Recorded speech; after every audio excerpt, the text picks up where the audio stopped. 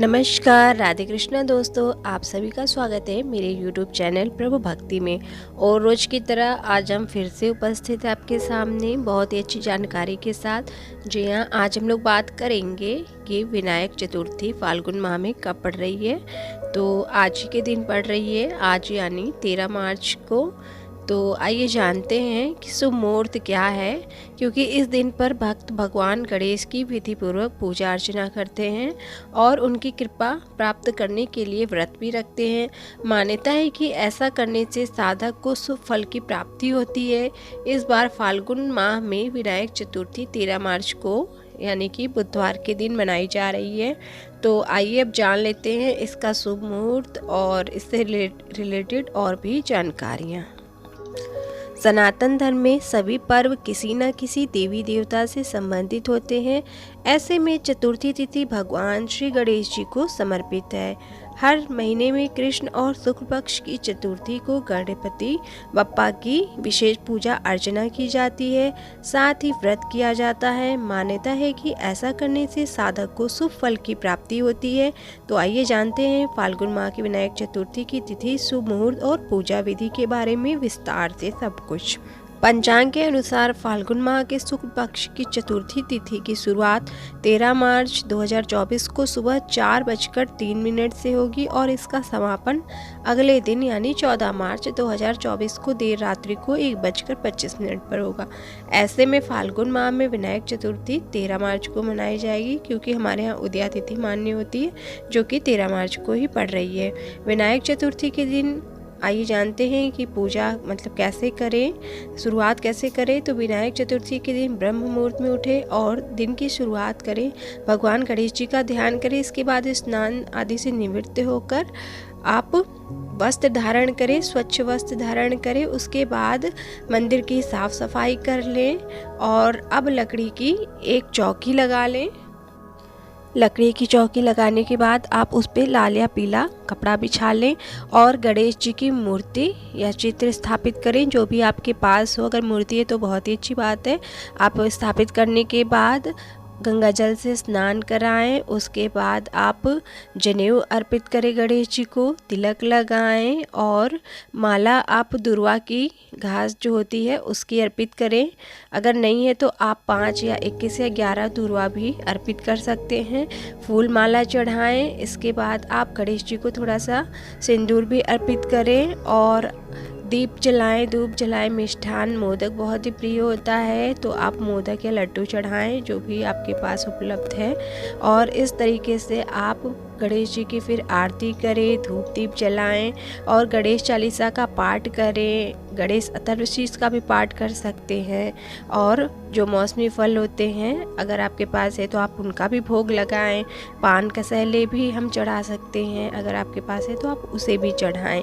तो ऐसे गणेश जी की बहुत आसानी से पूजा हो जाती है। फिर अंत में आरती ज़रूर करें, लेकिन आरती करने से पहले आप कथा ज़रूर सुने। और जब कथा सुनते हैं तो खाली हाथ कथा नहीं सुनते हैं, हाथ में कुछ ज़रूर ले लेते हैं।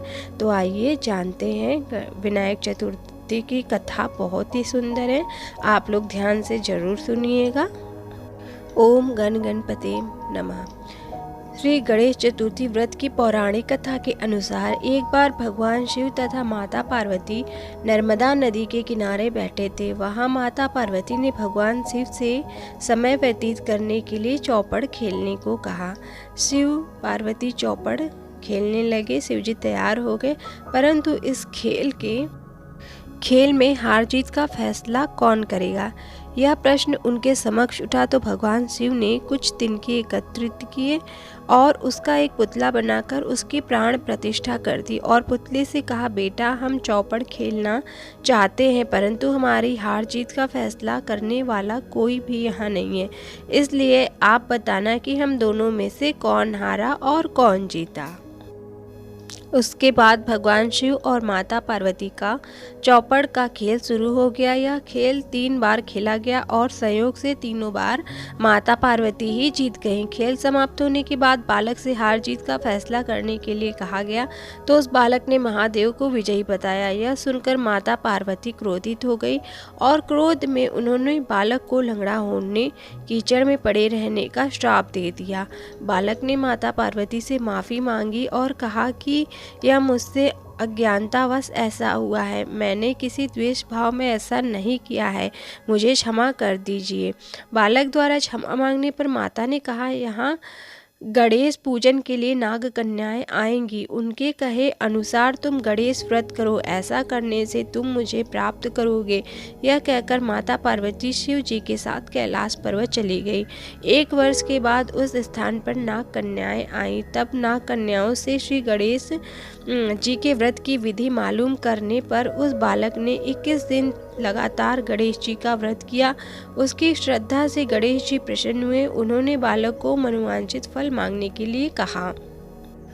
उस पर बालक ने कहा, हे विनायक, मुझ में इतनी शक्ति दीजिए कि मैं अपने पैरों से चलकर अपने माता पिता के साथ कैलाश पर्वत पहुंच सकूं और वे यह देख प्रसन्न हो।